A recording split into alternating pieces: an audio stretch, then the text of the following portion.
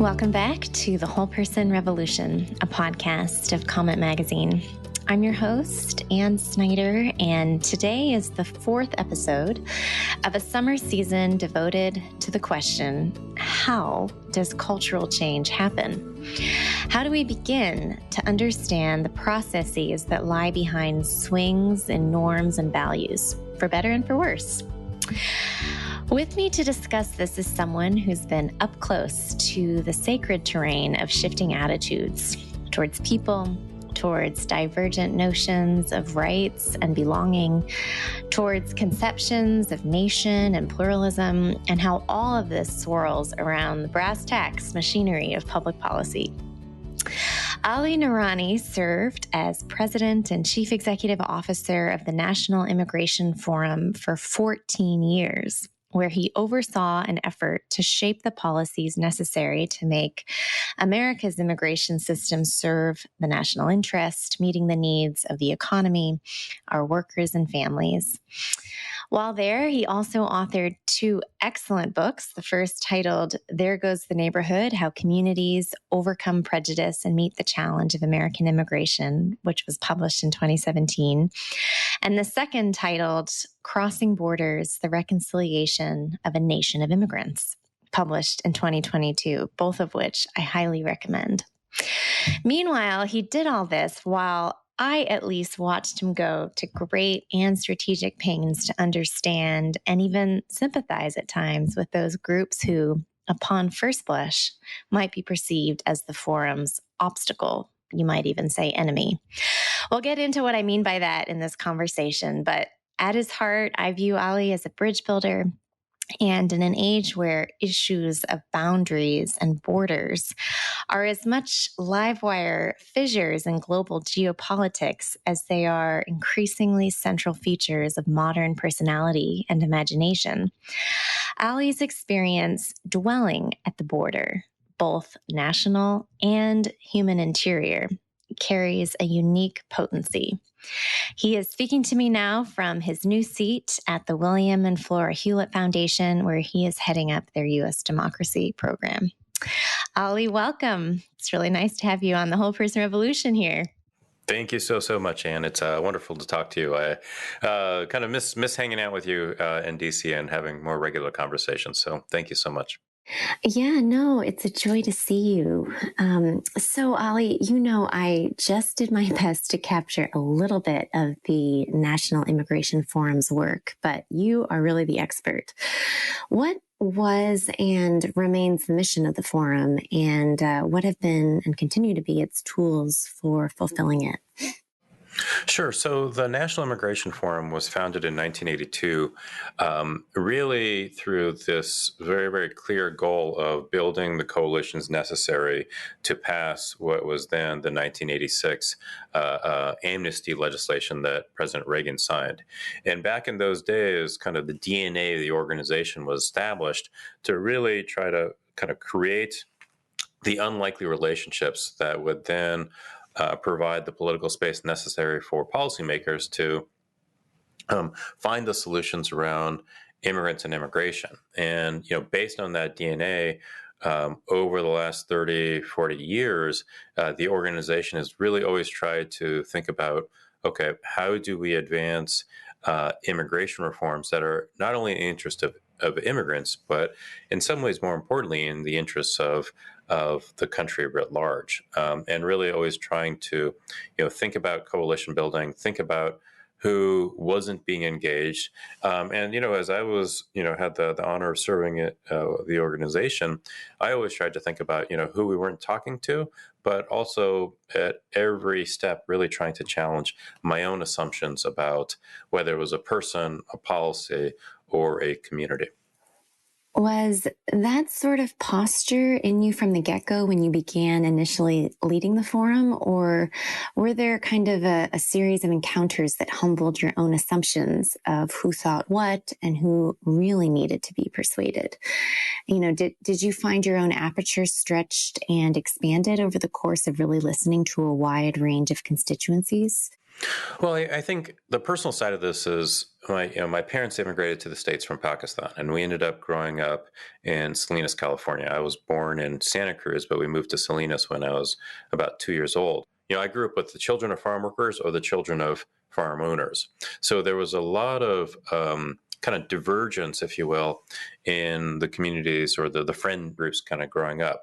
And what that taught me pretty early on is that there was I could kind of shapeshift, if you will, between, quite frankly, a white set of friends and a Latino set of friends. And also, on top of that, we didn't really grow up with a South Asian community around us. So it was both kind of a very kind of a lonely experience in that there wasn't an ethnic community to be a part of, but it was also a very enriching experience because, my parents made sure that we were always kind of open to other perspectives, other religions, other communities, just purely by the function of where we grew up. So that was kind of the personal side of really trying to think about, quite frankly, coalition building and operating and living in a coalitional posture. And then I've been thinking about this recently because one of my first mentors just recently retired from the city of Boston, and I was at grad school in Boston getting a master's in public health, and towards the end of the program, I was able to get a job running a kind of a public-private environmental program for the city of Boston. But the interesting part about it is that the program, it forced me to build a coalition that included city interests, state interests, as well as federal interests, but then also nonprofit and private sector interests as well. And, kind of at a very, very formative stage of my career, I learned a lot of really tough lessons of what it means to build coalitions. So that experience, I think I rely on it more than I realize. Well, thanks for the personal backdrop, which frankly maps on totally to how I understand your own kind of cultural agility and just the grace with which you've navigated different worlds. As you reflect back, is there one central virtue or skill set that you kind of started to see consistently lay or at the heart of effective coalition building? I think it's clarity of purpose. I found that when I had a very clear purpose of the relationships we were developing towards a specific coalition, it was, number one, easier to build out the coalition. But number two, and oftentimes I think this is lost, is that with that clarity of purpose, you could bring along an organization, a board, a staff. And what I often found is that, if I could be clear in both directions, then in both directions, we were more effective. Either the external work as building a coalition, but internally actually having an organization that and a really, really brilliant staff that understood why we were doing what we were doing. And I think in this day and age, when it just always feels really hard to build, strange bedfellow coalitions, I think the clarity of purpose question is incredibly important. Yes. I'd love some stories if you don't mind. When it came to these movements of hearts and minds around both the immigration issue as policy, but also immigration as a cultural lightning rod in the U.S., what strategies surprised you in their effectiveness? And perhaps more telling, who surprised you in their receptivity to change? And when I look back at the work that we did at the forum to build out a coalition of conservative faith, law enforcement, business leaders, I believe then and I believe now that it was probably the most interesting thing that I'll ever do, but it's also the easiest thing I'll ever do for a few reasons. One is that what we always try to do is kind of sit down with somebody and just kind of listen. And, it's kind of it's a very trite thing to say these days, but we really tried to take that seriously in that, we weren't asking anybody to talk about immigration the way that we were. We were really trying to understand the values and the language through which they perceived the value of immigration. And what we found in those conversations is that while the language may not have been the same, the policy goals or the policy principles that folks were aiming towards in terms of reforms were often very, very similar. All right. So, we could have sat in those rooms and really gotten quite upset because somebody used the word illegal alien as opposed to undocumented immigrant. Or, there's just a number of kind of word choices that can be triggering in one way or another. But instead of kind of getting hung up, and I don't mean hung up in to dismiss how important these words are, but we knew that there was a longer term kind of relationship and set of goals that we wanted to get towards. So number one, it was easy because we could sit and we could listen and we could develop a relationship. But it was also easy because whether it's personally or organizationally, we really tried to realize that we were actually the least persuasive messenger. Like, as a Washington, D.C. based professional immigration advocate, I was always very clear that, I would never be effective as a persuader of conservative people of faith. But if I could sit with a handful of their leadership and then understand what they needed so that they could speak with their communities and the folks that trusted them, their in-groups, if you will, then you could actually make progress. And the challenge for us often was that, in the really kind of competitive world of kind of nonprofit fundraising, if your name isn't on something, people wonder if you're actually doing it. So we also had to have kind of a clear sense of purpose as an organization, but also kind of a organizational self-esteem, if you will, to be confident in the work and that our supporters would understand the strategic value of it, even if our names weren't on it. So we live in times when language and the way we use words feels so pregnant with moral weight. If you say the wrong word, perhaps especially in elite institutional and cultural circles, you're out a lot of the time today. And it strikes me that the way we use language is tutored and also given much more room to breathe and play a healthy role in seeking understanding and helping us seek the truth of things out loud and together when we're in a patient container that's built for trust. How do you think about the mechanics of building in some grace to our body politic to hear each other properly? Our kind of informal motto, and I think my informal motto has always been meet people where they are, but don't leave them there. And I think a lot of times when we kind of offer that phrase, we say we meet people where they are. But I always thought of, like, if we had an intention not to leave them where they were, it doesn't mean that, we're asking to change somebody, we're asking somebody to change their identity. But in our case, we wanted to kind of really think about, how do we think about immigration differently? And absolutely, it's slow, it's painstaking work, and it never happens overnight. And we often found that it would be like the story I would often tell is that it was the spring of 2010, and we had done a telephonic press conference after the Arizona's SB 1070 law. And it was a press conference with the Utah Attorney General at the time, Mark Shurtleff.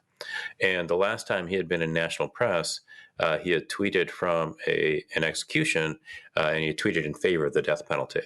And, for me, I do not think the death penalty is just, full stop, right? But from my perspective, I knew that he would be incredibly influential on this issue. I knew that, we may not agree on the death penalty, but that we would agree on the need to have a rational and a safe and a humane immigration system. So for me, in his mind, he was probably meeting me where I was, and in my mind, I was meeting him where he was. But somewhere in the middle there, he became one of the most effective persuaders of conservatives when it came to immigration.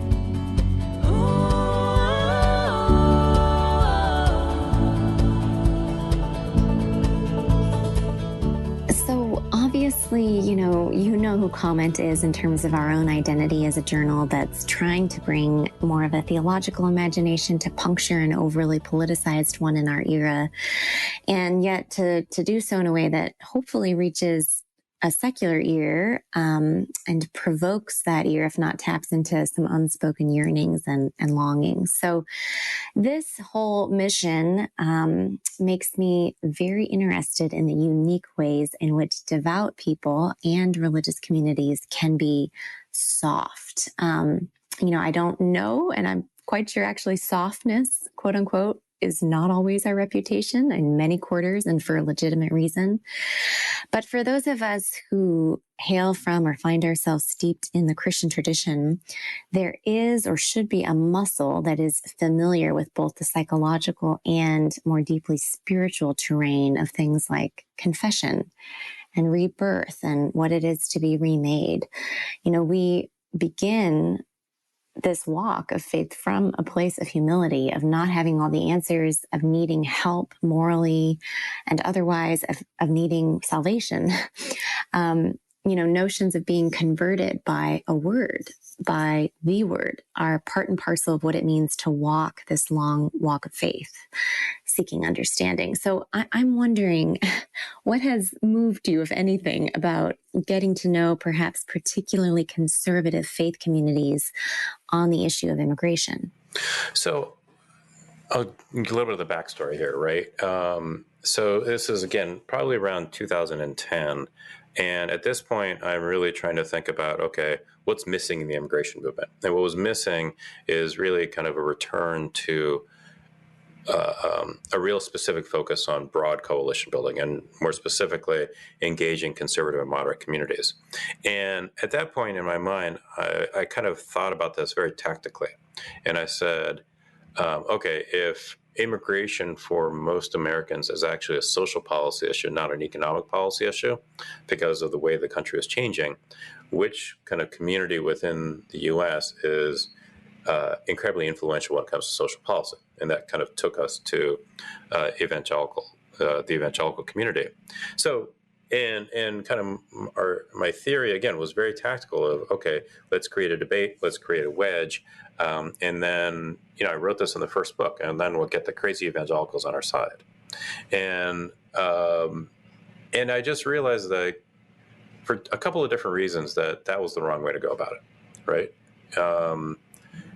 First is I found in those initial conversations, like with Richard Land, who at the time ran the Ethics and Religious Liberty Commission, a handful of pastors across the country, that the conversations, yes, were policy oriented, but they were also much more relational.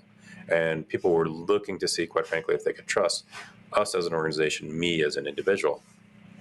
And then I credit my colleague and close friend Nora Feely for kind of pulling me aside one day, and she said, you know what, we've got to stop saying that.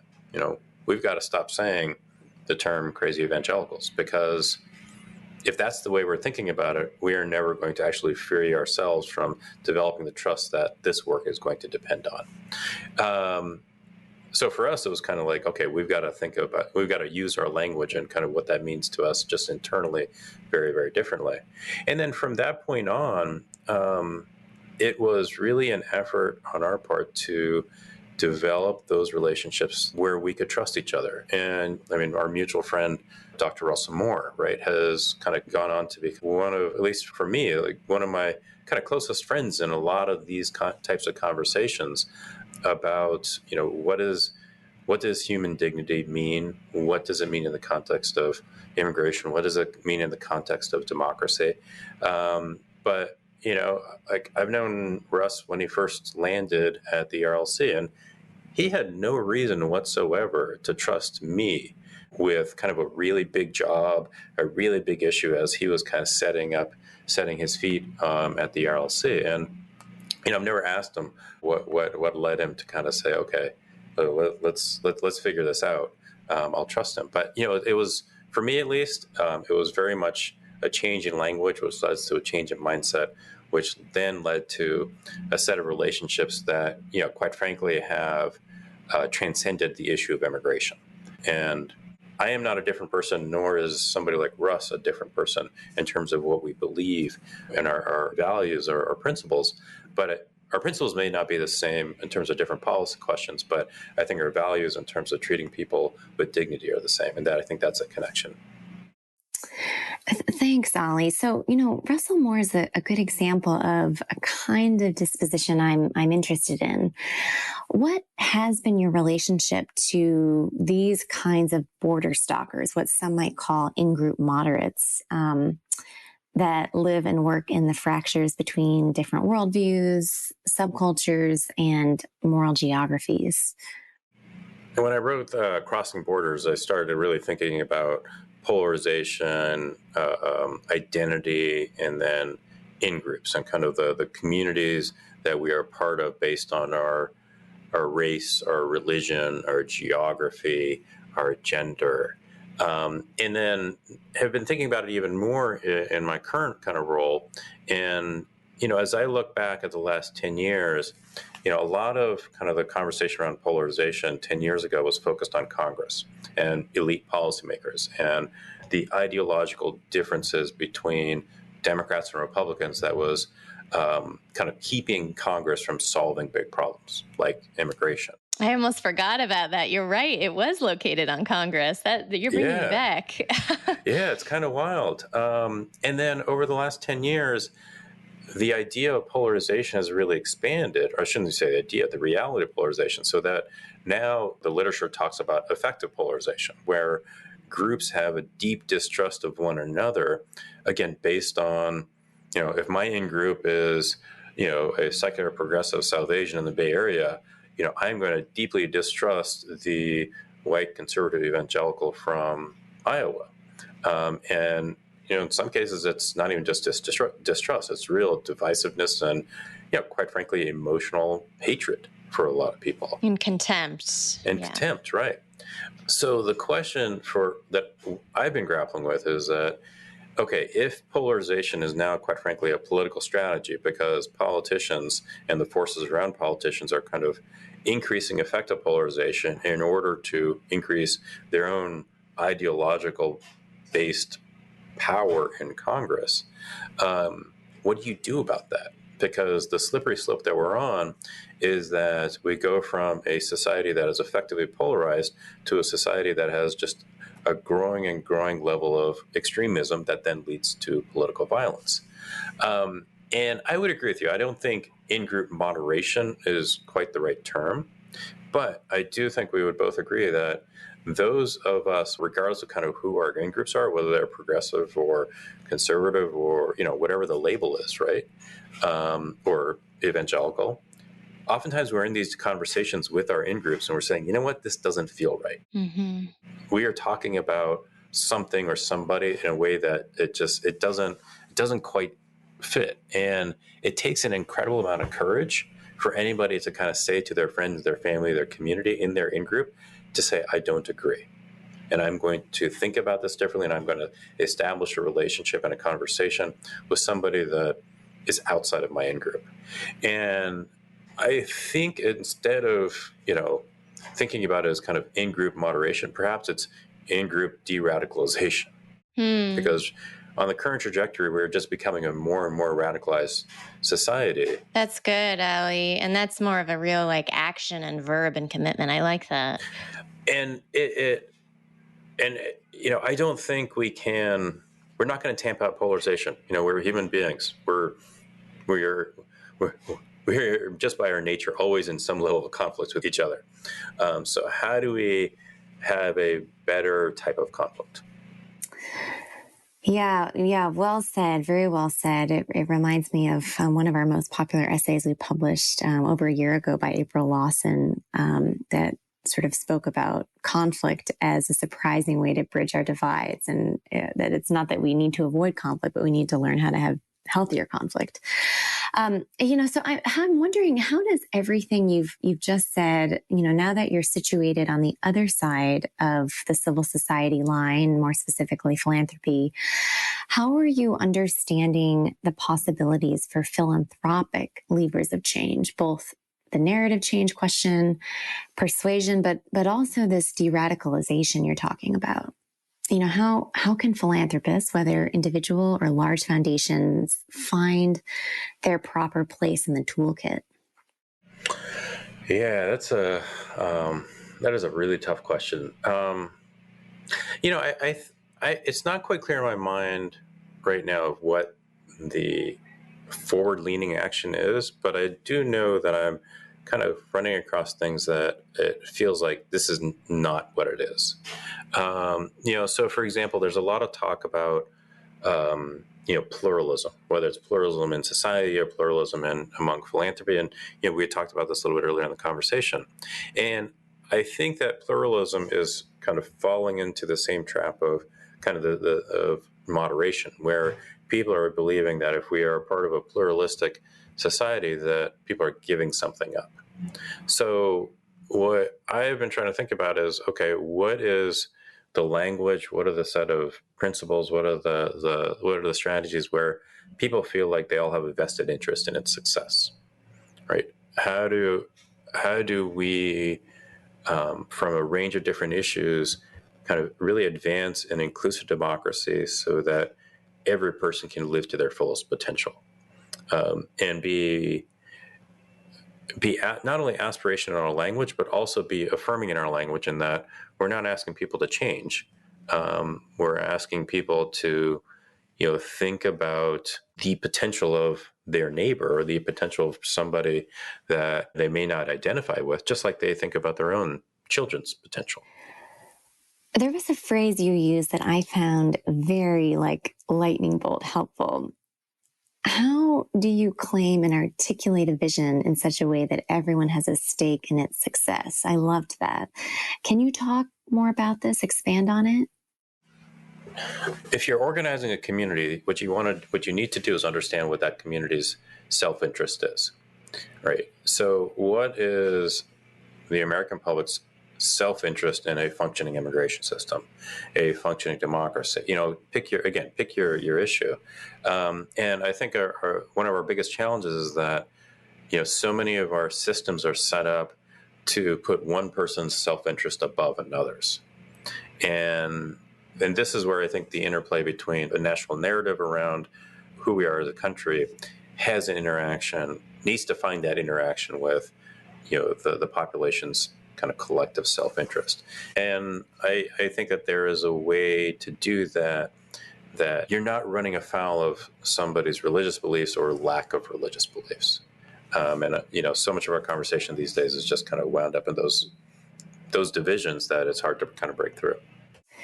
Right. Yeah. Yeah.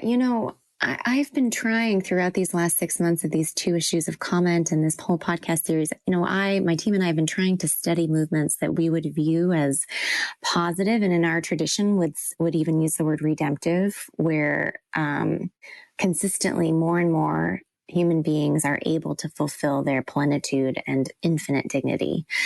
And, I've been wondering more recently, are such movements at a larger level still possible? It feels like we have so many sort of social, political movements that are fueled by fear, at least the coherent ones. Their very coherence is founded by virtue of who they name as the enemy, as the threat. Is it possible for a movement of hope, and you might even say natality, like something good born in and of itself, a positive moral vision? Is it possible for something like that to be born today? It kind of goes back, I think, to something we were saying earlier, in that if we want to, de-radicalize conflict so that in the least people are taking a deep breath before they get angry, dismissive, or worse towards somebody else, it feels like that's step number one, right? And giving people a place to go so they don't feel alone as they're questioning and leading the communities around them in a different direction, of kind of away from extremism. So that's step number one. And I think then that begins to change the incentive structure for policymakers and elites, so that over time they are seeing that, okay, polarization or extremism, or fear, it doesn't sell anymore. Right now it sells. Let's be honest, it sells. I mean, that's the reason why we are where we are. Well, and it helps explain a world that feels increasingly chaotic to most people. Exactly. So, how do you kind of create the opportunities for people not to feel alone as they are questioning what's happening around them? How do they begin to see the role of the public sector as something that is additive to their life as opposed to reductive in their life? And then how do those factors then inform a change in incentive structures for policymakers to be doing their politics differently? So kind of where I started, right, of We went from ideological polarization to effective polarization, and now we're on a path to extremism. So let's work backwards, right? How do we start to reduce extremism over time, at least start to change the dynamics of effective polarization, with the hope that ideological polarization becomes less of the norm? Because right now we're on a path where our democratic norms are really starting to wither on the vine because of the confluence of these three factors. So I'm going to bring this whole conversation home here by asking an embarrassingly vintage Anne question. It sounds like from everything you've said, Ali, we know it's not a perfect system, but it does sound like you still believe in democracy. What do you think is most beautiful about democracy when it's healthy? And do you think it's possible to get there either again or perhaps for the very first time? So I've always been a kind of a delusionally optimistic person because, look, after nearly 20 years working on immigration, if you're not optimistic, it's really hard to get out of bed. So this may or may not be an example of kind of the beauty of democracy, because oftentimes I think we think of democracy as like an election system or kind of something that's kind of national, right? I'm beginning to think more and more about democracy as it plays out in schools. So for me, when I was writing Crossing Borders and at the Forum, I got to know the folks in Storm Lake, Iowa. It's a town of like 13,000 people, Northwest Iowa. Steve King was born there, went on to represent it in Congress. It was kind of like the hotbed of anti-immigrant fervor for a long, long time. The superintendent of the Storm Lake School District is Stacy Cole. Her husband is the chief of police of Storm Lake. The two of them are always thinking about, for him, how does you recruit a more diverse set of police officers to protect the public safety of an increasingly diverse Storm Lake? Stacy is always thinking about the increasing diversity of her schools, and how her teachers, how her students supported in that trajectory. But then for both of them, ultimately, it's about how does the broader Storm Lake community of 13,000 people in the crucible of economic and demographic and political change, how did they experience and grapple with these changes? And I think that example, and I have to imagine there are thousands of examples like that across the country, I think is how democracy plays out really, really beautifully. Because if Chief Cole, if Superintendent Cole are successful in helping their communities understand the benefits of these changes, their elected leadership sees the benefits, and you begin to change not only the trajectory of polarization to extremism, but you begin to turn it back around, and polarization remains, but it's polarization towards a set of solutions that serve everybody's ability to reach their fullest potential. And I think, to me, that is the beauty of democracy at a very, very local level, but probably in some ways at the most important level these days. From your lips to our civic hearts, Ali Noorani, thank you so much. Really, you're an exemplar, especially in what it is to be a lifelong learner and not rest until you can see as many sides of something as possible. Thank you for that example and very much for this conversation. Hey, thank you so much. It's really, really a lot of fun and great to be with you.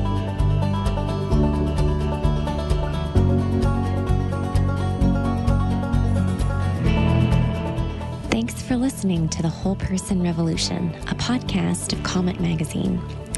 Our overarching mission is to foster an imagination for a thriving society. We publish pieces by cultural luminaries and pioneering practitioners. We equip and convene leaders through forums, dinners, and symposia. We produce this podcast and a still feistier one about the evolving relationship between religion and democracy called Zealots at the Gate. And we are stewarding a budding institutional ecosystem animated by the Christian humanist tradition known as Breaking Ground. Comment readers are society's weavers, those community shepherds laboring to hold our social fabric together. And our job in all that we do is to help you rehumanize the age, equipping you with frameworks, stories, and exemplars to sustain your vocational joy, refresh your vision, and connect you with one another to effect real cultural change. Consider joining us. You can write, you can read, you can host a comment supper in your neighborhood, or attend one of our webinars with an author and your fellow readers. We want to equip you to be an agent of renewal in our time, and we need to learn from you. Write to us at podcasts@comment.org and expect a substantive exchange. We're honored to have you within our orbit and to pilgrim together toward wholeness in a world splintering against it. The Whole Person Revolution is hosted by Comment, edited by Becca Bruder, produced and with original music by Ali Crummy, audience strategy by Matt Crummy. I'm Ann Snyder, and I'll see you next week.